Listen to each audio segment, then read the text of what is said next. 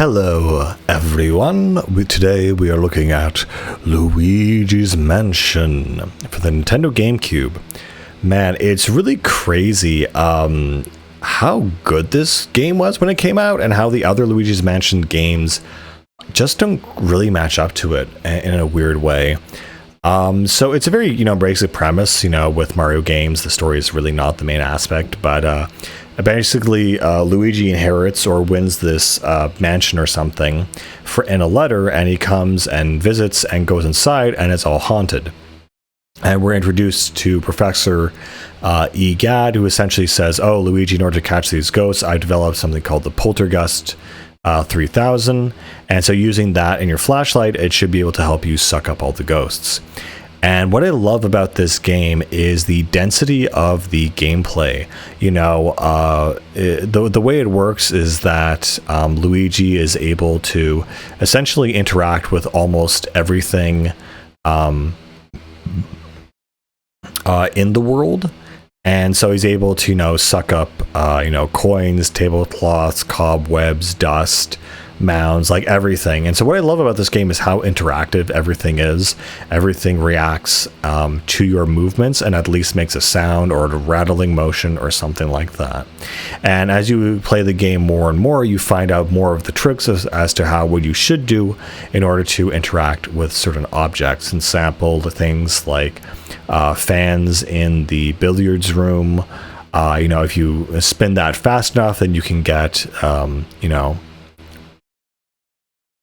money out of it.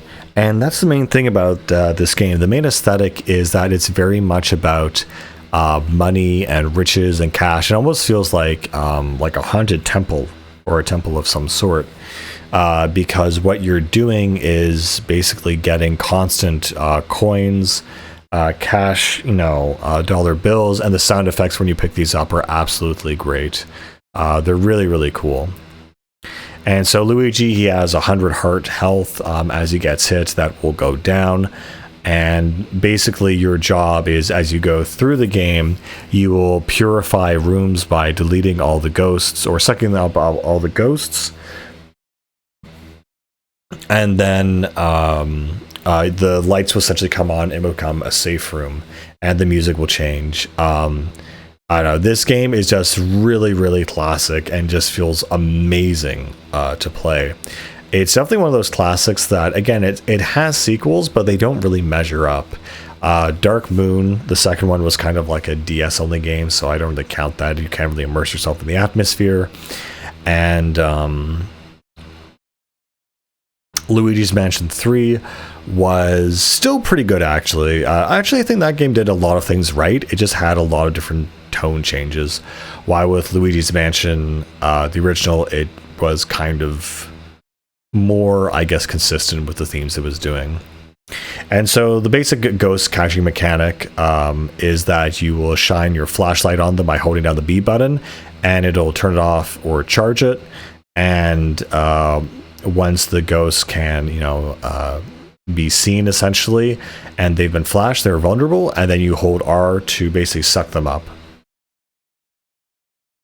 And upon doing so, you basically have to, you're stuck in this mad rush where you have to turn the control stick from side to side and basically pull them into the, suck them into the Poltergust 3000, just like Ghostbusters, basically.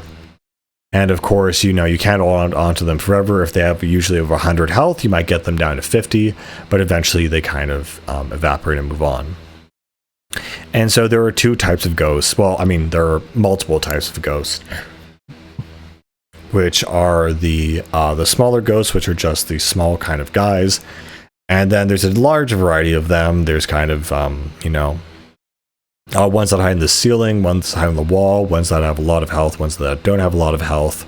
Then you have the boss and mini boss ghosts that reflect actual human beings and actual people, and they tend to have their own personalities and traits. There's like a painter and a sculptor, there's a cook, and kind of stereotypes like that. And so for each one, they will have a different mechanic as to how you defeat them or expose their weaknesses. And every time you do that, it's really, really interesting.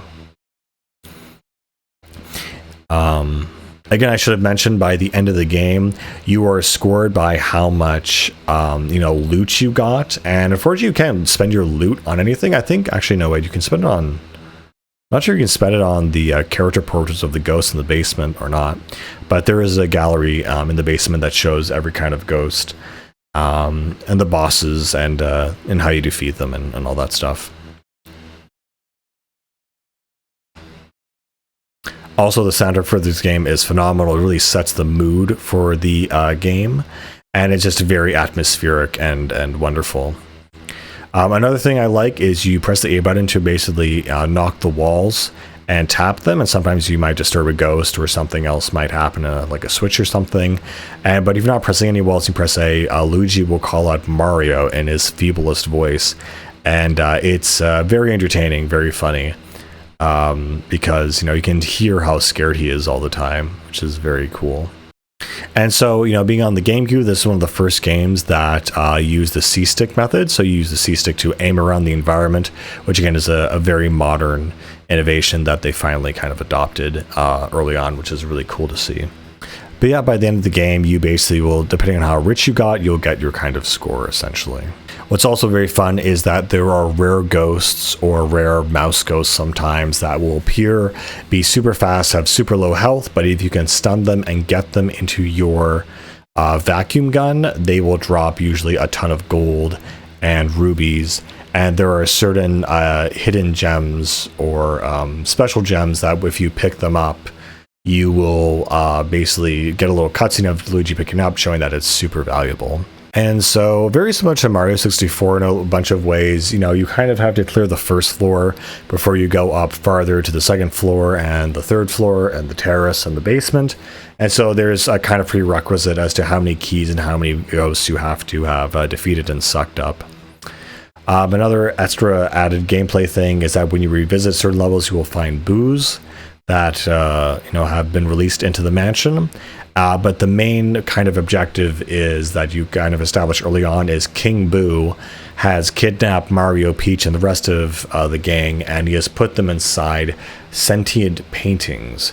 So essentially, the brothers are, the brother and the princess are trapped inside these paintings in the basement, and you need to find a way to get down there and set them free, essentially. Also, I love Egad simply because he talks in this absolute gobbledygook, like, stupid language where he's duka duka, buka buka, yeah, sure. Like, he just has his own weird Nintendo speak that we all kind of know and love. And it feels really good to progress through this game, lighting up certain areas, creating a sense of peace and progression, and basically getting rid of the ghost so you can take care of dealing with, a bunch of, finding things in the environment and taking care of business and finding all the little hidden secrets. Again, I love the fact that everything reacts to you sucking and blowing on it in the environment. When the environment's very responsive and there's lots of puzzles to take on, it just feels really, really good in general. And again, there are things that interact with you that you wouldn't even think that. Like, for example, like the chandeliers that look totally immovable. If you just, use them enough or, fight them enough, they will eventually just succumb and will, give you something at some point. Again, I don't know what it is about the progress of this game, but it just feels really good to progress, and like the tension and the pacing just feels really, really good. There are also really cool optical effects where, you have certain things in the mirrors that you can only see in the mirror but not in the rest of the room, and cool stuff like that. But yeah, the game is very well paced, lots of fun bosses, lots of cool things to discover and lots of tricks. The game is just really, really fun, and there's just certain things too where, in order to get special items or loot or whatever, you have to do very weird roundabout things and backtracking. For example, there's this one thing where you have, I forget what it is, but you have these different elements or crystals or something, and you have to bring them back around the mansion and basically water these plants. And by watering the plants, you essentially, they grow like a ruby from the flower pot. Again, there's just so many cool and neat little hidden things in this game that I love it so much. And as kind of like a very early game in the GameCube's library, it was just very, very, very, very engaging as a game. It was a really good sign of the good things to come in Nintendo and the GameCube era in general. There were just so many good games and so many good Nintendo games on the GameCube. If I had to choose my favorite ghost, I would say the chef. I don't know, he just looked really fun. He's this big guy. Also, I remember that's where there were the certain elements of fire, water, and something else. And I don't know, that really opened my mind to exactly how things worked in this world, and just how the possibilities of what was possible also in general was really opened my eyes. It was really, really interesting. And again, the anxiety of meeting a rare ghost that's like a one-time spawn or one playtime spawn and trying to catch it and missing it, it's really intense. And also fighting hidden rooms in the hotel, in the mansion. That felt really, really fun, really, really cool. And I am so glad that, Luigi's Mansion 3 was able to capitalize and feel like a proper sequel to this game. But yeah, this is still, in my opinion, the better game. And they just got it so right, right out the gate. And, there's not much else you can say about it. Anyway, guys, I think that's all I can say about Luigi's Mansion. I really love it. Definitely one of like my favorite games. Definitely one of my favorite Nintendo games of all time. And yeah, I'll see you guys later.